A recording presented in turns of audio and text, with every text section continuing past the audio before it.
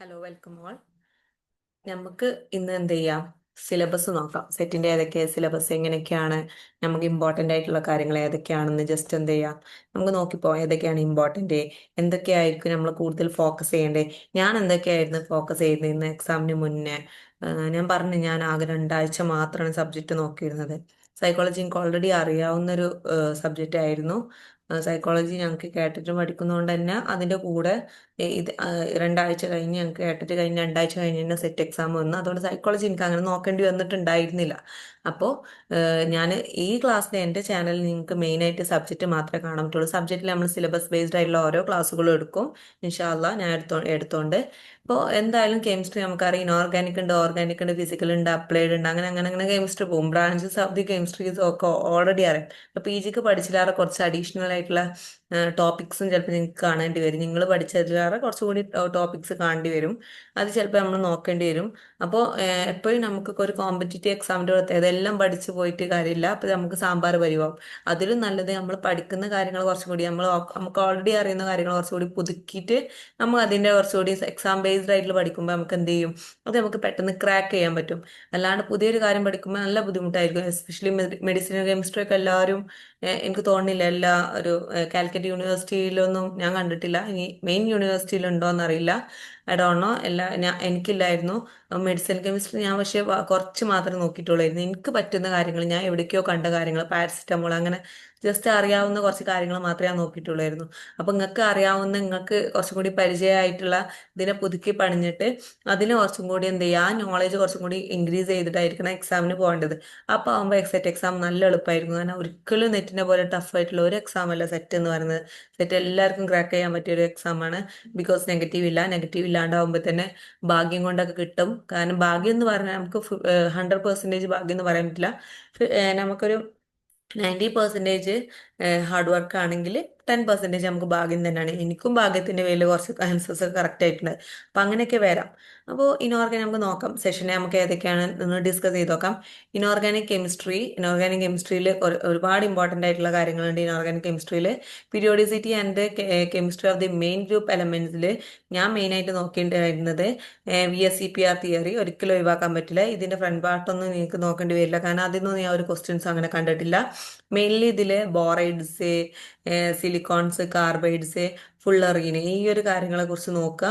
പിന്നെ styx number is very important. Wade's rule നല്ല important ആണ്. Borazine very very important. ഈ PN SN കോമ്പൗണ്ട്സുകളൊക്കെ വായിച്ചു പോവുക. കാർബറൈൻസ് ഒക്കെ വായിച്ചു പോവുക. സ്റ്റിക്സ് നമ്പർ ഒക്കെ പഠിച്ചു പോവുക, ചെയ്ത് നോക്കി പോവുക. ഇതിൻ്റെ ഒരു എളുപ്പ വഴിയുണ്ട് കണ്ടെത്താനുള്ള. അത് ഞാൻ എന്ത് ചെയ്യാം, എൻ്റെ ചാനലിൽ എന്ത് ചെയ്യാം, നിങ്ങൾക്ക് പറഞ്ഞുതരുന്നുണ്ട്. എൻ്റെ ചാനലിൽ നിങ്ങൾക്ക് എന്ത് ചെയ്യാം, ഞാൻ ഡിസ്കസ് ചെയ്യുന്നുണ്ട്. ഓക്കെ. അപ്പോൾ ഇത്രയും കാര്യങ്ങളാണ് ഇതിൽ ഈ ഒരു സെഷനിൽ നോക്കാനുള്ളത്. ഇനി നെക്സ്റ്റ് നമുക്ക് നോക്കേണ്ടത്,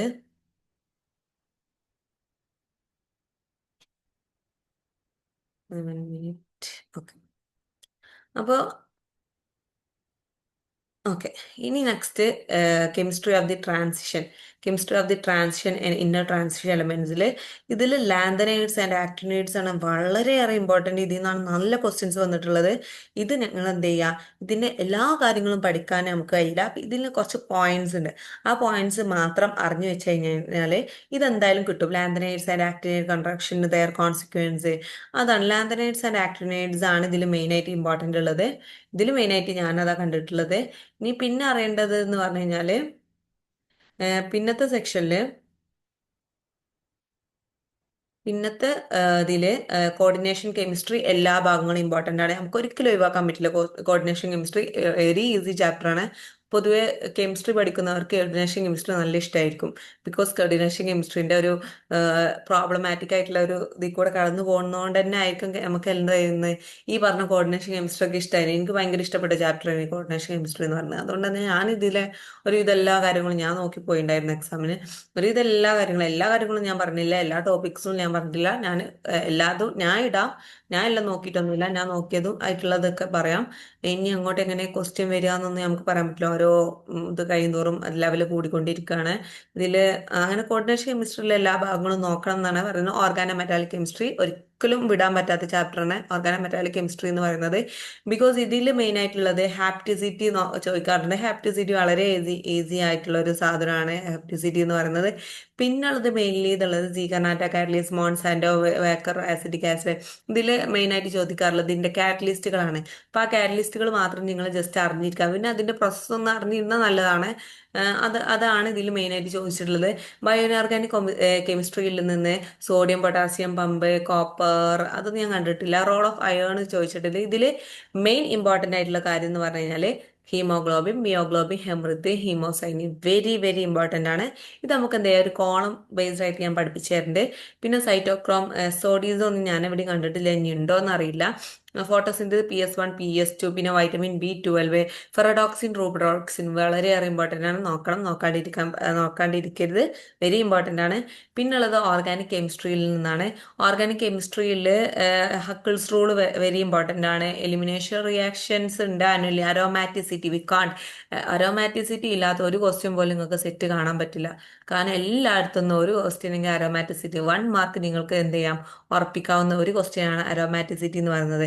ഈ ചാപ്റ്ററിൽ വേറെ ഒന്നും നോക്കില്ലെങ്കിലും എന്ത് ചെയ്യുക, അരോമാറ്റിസിറ്റി, ഹക്കിൾസ് റൂൾ നോക്കുക എന്നുള്ളതാണ് എനിക്ക് പറയാനുള്ളത്.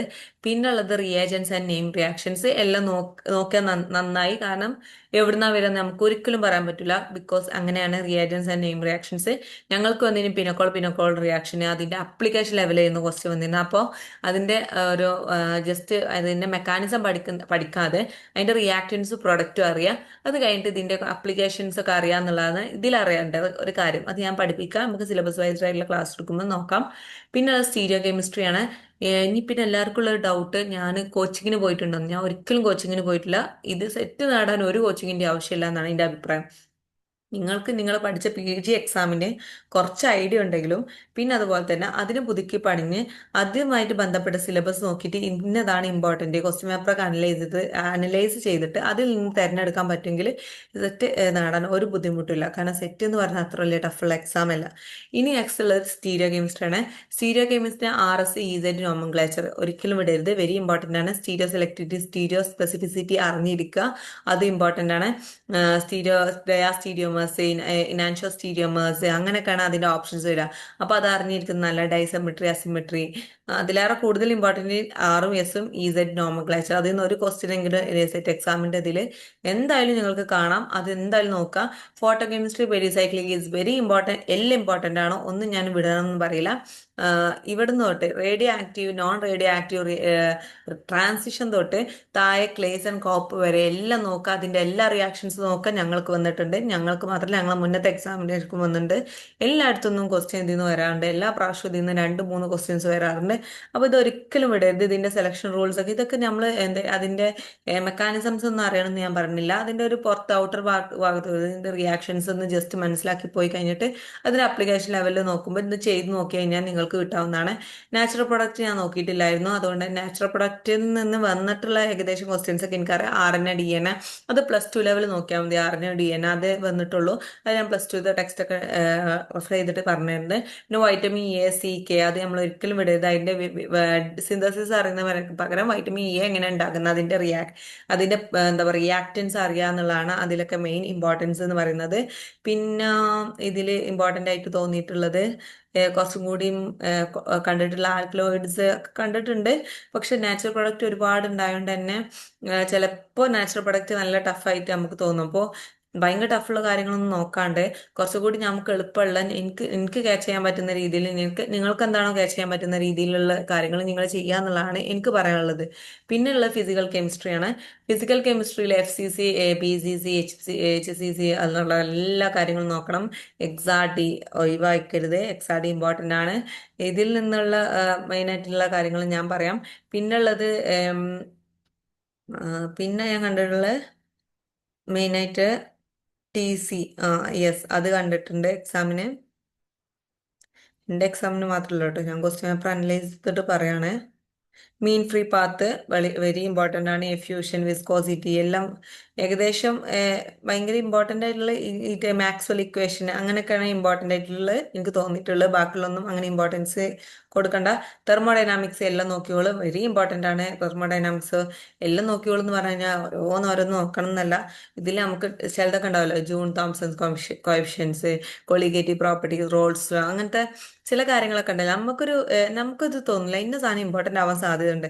നമ്മളെ മനസ്സിന് തോന്നുമല്ലോ ഇത് പഠിച്ചത് വരും. ഏകദേശം പി ജിക്ക് തന്നെ നമുക്ക് അറിയായിരുന്നല്ലോ ഇന്ന സാധനം പഠിച്ച എക്സാമിന് വരും. അതുപോലെ എന്ത് ചെയ്യുക, സെറ്റ് എക്സാമിന് നിങ്ങൾ അപ്രോച്ച് ചെയ്യുക.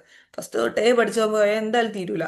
പിന്നെ Einstein theory, D base theory ഒക്കെ ഇമ്പോർട്ടൻ്റ്. പക്ഷേ ഐൻസ്റ്റീൻ തിയറി ഒന്നും ഞാൻ എവിടെയും കണ്ടിട്ടില്ല കേട്ടോ. അപ്പൊ അതൊന്നും അത്ര ഇമ്പോർട്ടൻ്റ് അല്ല. കെമിക്കൽ കൈനറ്റിക്സ് ഒരുവിധം എല്ലാം ഇമ്പോർട്ടൻ്റ് ആണ്, പക്ഷെ എല്ലാം നോക്കാൻ കഴിയൂല. അപ്പൊ എന്ത് ചെയ്യുക, ഇതിൽ കൊളിഷൻ തിയറി, കെമിക്കൽ കൈനറ്റിക്സിലുള്ള കുറച്ച് ഇക്വേഷൻസ് ഒക്കെ ഉണ്ട്, ഓർഡർ കാണാനുള്ള ഇക്വേഷൻസ്, അങ്ങനത്തെ കാര്യങ്ങളൊക്കെ പഠിക്കുക. അതിന്റെ കുറച്ച് പ്രോബ്ലംസ് ചെയ്യുക. പ്രോബ്ലംസ് ഇമ്പോർട്ടൻ്റ് ആണ് ഇതിൽ. പ്രോബ്ലംസ് ചെയ്യും. പക്ഷെ ഒരു കാര്യം ഞാൻ പറയാം, കെമിക്കൽ കൈനറ്റിക്സിലെ പ്രോബ്ലം ചെയ്യാൻ ചിലപ്പോൾ നമുക്ക് സമയം കിട്ടൂല. കാരണം ഒരു ഒരു ഇതിന് നമുക്ക് ഏത് കോമ്പറ്റേറ്റീവ് എക്സാം ആയാലും ഒരു ക്വസ്റ്റ്യൻ ഒരു മിനിറ്റ് എന്നുള്ള രീതിയിലായിരിക്കും. അപ്പൊ നമ്മൾ ഏകദേശമൊക്കെ ചെയ്ത് വരുമ്പോഴേക്ക് ചിലപ്പോൾ അതിന് സമയം ഉണ്ടാവില്ല. അപ്പൊ ആ ഭാഗങ്ങളൊന്നും അധികം നോക്കാത്തതാണ് നല്ലത്. കുറച്ചുകൂടി എളുപ്പമുള്ള കാര്യങ്ങൾ, ഓർഡർ കാണാനുള്ള, മൊളാരിറ്റി കാണാനുള്ളതൊക്കെ നോക്കിയാൽ മതി ഇതിൽ നിന്ന്. പിന്നെ ഇലക്ട്രോ കെമിസ്ട്രി, ഡീബെ ഹക്കിൾ റൂള്, ഓൺസാഗർ, അതൊക്കെ ഇമ്പോർട്ടൻ്റ് ആണ്. ഫിസിക്കൽ കെമിസ്ട്രി എനിക്ക് ഇഷ്ടമാണ്, പക്ഷെ ഞാൻ ഇതിന്ന് വല്ലാണ്ട് എക്സാമിന് നോക്കിയിട്ടില്ല. കാരണം എനിക്ക് ഇത്ര ഭയങ്കര കുറേ നോക്കാനുള്ള സമയം എൻ്റെ കയ്യിലില്ലായിരുന്നു. അപ്പൊ എനിക്ക് ഇഷ്ടപ്പെട്ട കുറച്ച് ഓർഗാനിക് അങ്ങനത്തെ കാര്യങ്ങളൊക്കെ മാത്രമേ ഞാൻ നോക്കിയിട്ടുള്ളൂ. പിന്നെ സർഫസ് കെമിസ്ട്രി ആണ്. സർഫസ് കെമിസ്ട്രിയിൽ SEM, S T M, Auger, E S, ESCA, ഇതല്ല ഇമ്പോർട്ടൻ്റ്. ഇത് ഞാൻ വായിച്ചു പോയിട്ടുണ്ടായിരുന്നു. പിന്നെ സർഫക്റ്റൻസ്, പിന്നെ അതുപോലെ തന്നെ മിസലീസ്, അങ്ങനത്തെ കാര്യങ്ങളൊക്കെ, BET equations, Langmuir, Freundlich, chemisorption and ഫിസി ഓബ്സെഷൻ്റെ ഡിഫറൻസ്, ഇതൊക്കെ വായിച്ചു പോവുക. ഇത് ഓപ്ഷൻസ് കാണുമ്പോൾ നമുക്ക് എന്തായാലും ഉത്തരം മനസ്സിലാവും. അപ്പോൾ വായിച്ചു പോയാൽ തന്നെ ഇത് ഏകദേശം കിട്ടും.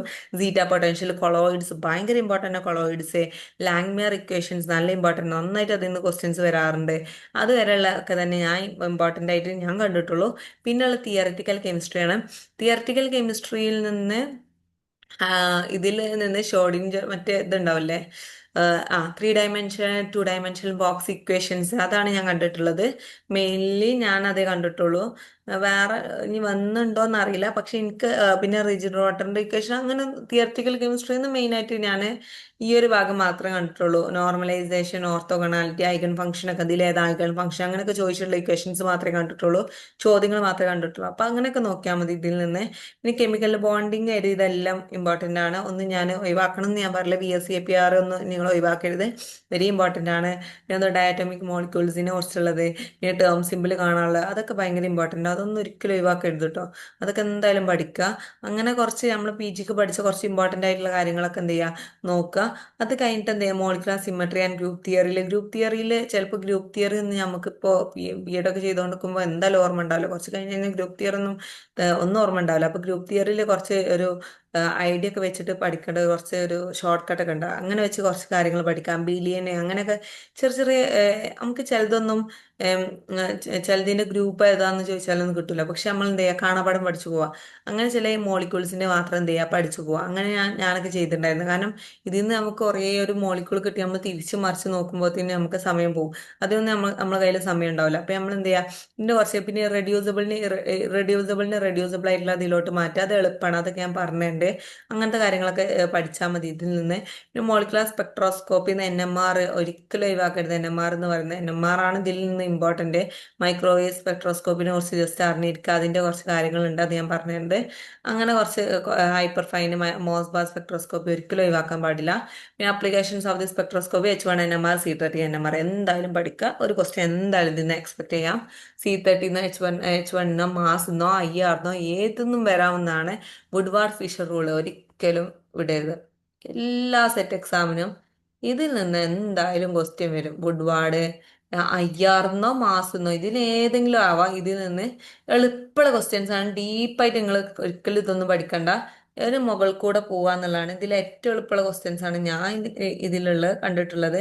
അപ്പൊ ഇതിന്ന് കുറെ ഡീപ്പായിട്ട് നോക്കാണ്ട് ജസ്റ്റ് നമുക്ക് എളുപ്പം നമുക്ക് മനസ്സിലാവുന്ന രീതിയിലൂടെ എന്ത് ചെയ്യുക, ഇത് കടന്നു പോയാൽ മതി. പിന്നുള്ള അനലിറ്റിക്കൽ കെമിസ്ട്രിയാണ്. അനലിറ്റിക്കൽ കെമിസ്ട്രിയിൽ നിന്ന് ചോദിച്ചിട്ടുള്ളത് basic principle of the analytical പ്രിൻസിപ്പിളിൽ നിന്ന് ചോദിച്ചിട്ടുള്ളത് ഗ്രാവിമെട്രിക്, അത് ചോദിച്ച കോംപ്ലക്സോമെട്രി, ആസിഡ് ബേസ് റിഡോക്സ്, അതൊന്ന് ജസ്റ്റ് വായിച്ചു പോവാ. എസ് ടെസ്റ്റും എഫ് ടെസ്റ്റ് എറേഴ്സ് ഒക്കെ ഉണ്ടാവില്ലേ, പ്രിസിഷനും അക്യൂറസിയും തമ്മിലുള്ള ഡിഫറൻസ്, അതൊക്കെ നോക്കി പോവാ. അതിൻ്റെയൊക്കെ ജസ്റ്റ് മനസ്സിലാക്കി പോയാൽ മതി. അതിൻ്റെ കൂടുതലായിട്ടുള്ള ഡീപ്പിലോട്ടൊന്നും പോകേണ്ട ആവശ്യമൊന്നുമില്ല. അങ്ങനെയൊക്കെ ചോദിക്കുന്നുള്ളൂ അതിൽ നിന്ന്. പിന്നെ separation technique very very important, because ഇതിൽ നിന്ന് ഇൻസ്ട്രുമെന്റേഷൻ ചോദിച്ചിട്ടുണ്ട്. HPLC, HC, TLC, PC, IGC, ion exchange chromatography is very important. ഒരിക്കലും ഒഴിവാക്കാൻ പറ്റാത്തൊരു പാർട്ടാണ് ഇതെന്ന് പറയുന്നത്. പിന്നെ optical method of the analysis ആണ്. ഇതിൽ നിന്ന് നെഫ്ലോമെട്രി, ടെർബിഡോമെട്രി, ഫ്ലോറിമെട്രി, പിന്നെ അത് അങ്ങനെ AS, അതൊക്കെയാണ് ഇതിൽ നിന്ന് കണ്ടിട്ടുള്ളത്. വേറെ ഒന്നും കണ്ടിട്ടില്ല. പിന്നെ ഫോട്ടോ ഇലക്ട്രോൺ സ്പെക്ട്രോസ്കോപ്പി, യാ, അതൊക്കെ തന്നെ ഉള്ളൂ. വേറെ ഒരു ക്വസ്റ്റ്യൻസ് ഒന്നും ഞാൻ ഇതുവരെ കണ്ടിട്ടില്ല. പിന്നെ ഇലക്ട്രോ അനാലിറ്റിക്കൽ മെത്തേഡ്സിൽ നിന്ന് കൊളമെട്രി, പോളറോഗ്രാഫി വെരി ഇമ്പോർട്ടൻ്റ് ആണ്. പോളറോഗ്രാഫി, ആംബ്രോമെട്രി, അങ്ങനത്തെ കാര്യങ്ങളൊക്കെ ഉണ്ട്. ഇതൊക്കെ എന്ത് ചെയ്യുക, ഒരു ടാബിൾ വെച്ചിട്ട് കമ്പയർ ചെയ്ത് പഠിക്കുക എന്നുള്ളതാണ് ഇതിൽ നിന്ന് ചെയ്യുക. പിന്നെ കണ്ടക്ടോമെട്രിന്റെ ആസിഡ് ബേസ് വരുമ്പോൾ അതിന്റെ ഗ്രാഫ് എങ്ങനെ വരുന്നത്, അങ്ങനെയൊക്കെയാണ് ഇതിൽ നിന്ന് ക്വസ്റ്റ്യൻസ് കേൾക്കുന്നത്.